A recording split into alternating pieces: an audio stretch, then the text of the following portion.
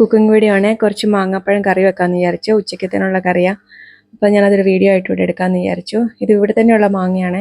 അപ്പോൾ രണ്ടും രണ്ട് സൈസാണ് ഉള്ളത്. മറ്റേ ചെറിയ സൈസ് മാങ്ങയൊന്നും ഇവിടെ കിട്ടാനില്ല. അപ്പോൾ ഞാൻ ഉള്ളത് വെച്ചിട്ട് കറി വെക്കാമെന്ന് വിചാരിച്ചു.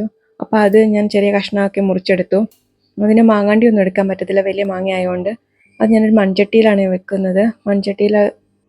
ഇപ്പോൾ ചട്ടിയിലോട്ട് മാങ്ങയിട്ടു. ഇനി ഇതിനകത്ത് ചേർക്കുന്നത് കുറച്ച് ഉപ്പും മഞ്ഞൾപ്പൊടിയും മാത്രമേ ചേർക്കുന്നുള്ളൂ.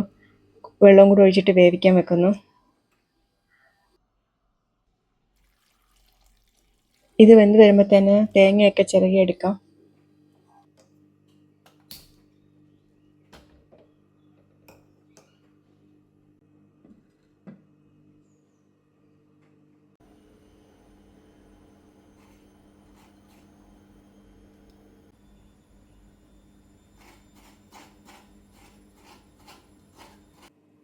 തേങ്ങയുടെ കൂടെ അരയ്ക്കാനായിട്ട് ഉണക്കമുളകും ജീരകവും മഞ്ഞൾപ്പൊടിയും ചേർത്തിട്ട് അരപ്പ് റെഡിയാക്കിയത്.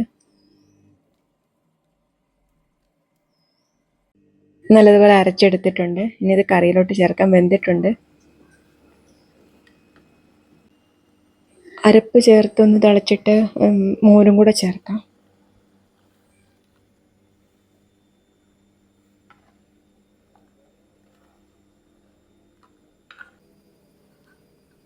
മോര് ചേർത്ത് ഇളക്കുവാണേ.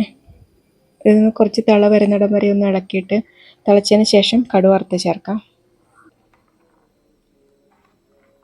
മോരൊഴിക്കുന്നതായതുകൊണ്ട് ഒന്ന് ഇളക്കിക്കൊണ്ടിരിക്കണം തിളയ്ക്കുന്നിടം വരെ.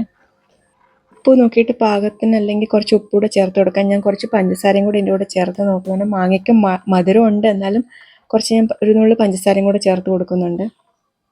തിളച്ച് കഴിഞ്ഞിട്ട് നമുക്ക് കടുക് വറുത്ത് ചേർക്കാം.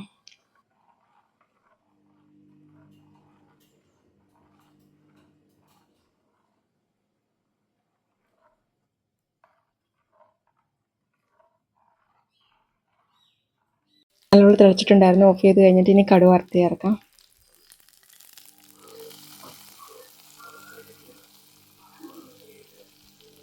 അങ്ങനെ നല്ലൊരു മാങ്ങാപ്പഴം കറി റെഡി ആയിട്ടുണ്ട്. എല്ലാവരും ഒന്ന് ഉണ്ടാക്കി നോക്കുക. എല്ലാവരും ഉണ്ടാക്കുന്നതായിരിക്കും, എന്നാലും ഈ രീതിയിലാണോ എന്ന് എനിക്കറിയില്ല. ഞാൻ ഉണ്ടാക്കുന്ന രീതിയിലാണ് ചെയ്തിരിക്കുന്നത്. വീഡിയോ ഇഷ്ടപ്പെട്ടാൽ ഒന്ന് പറയണേ.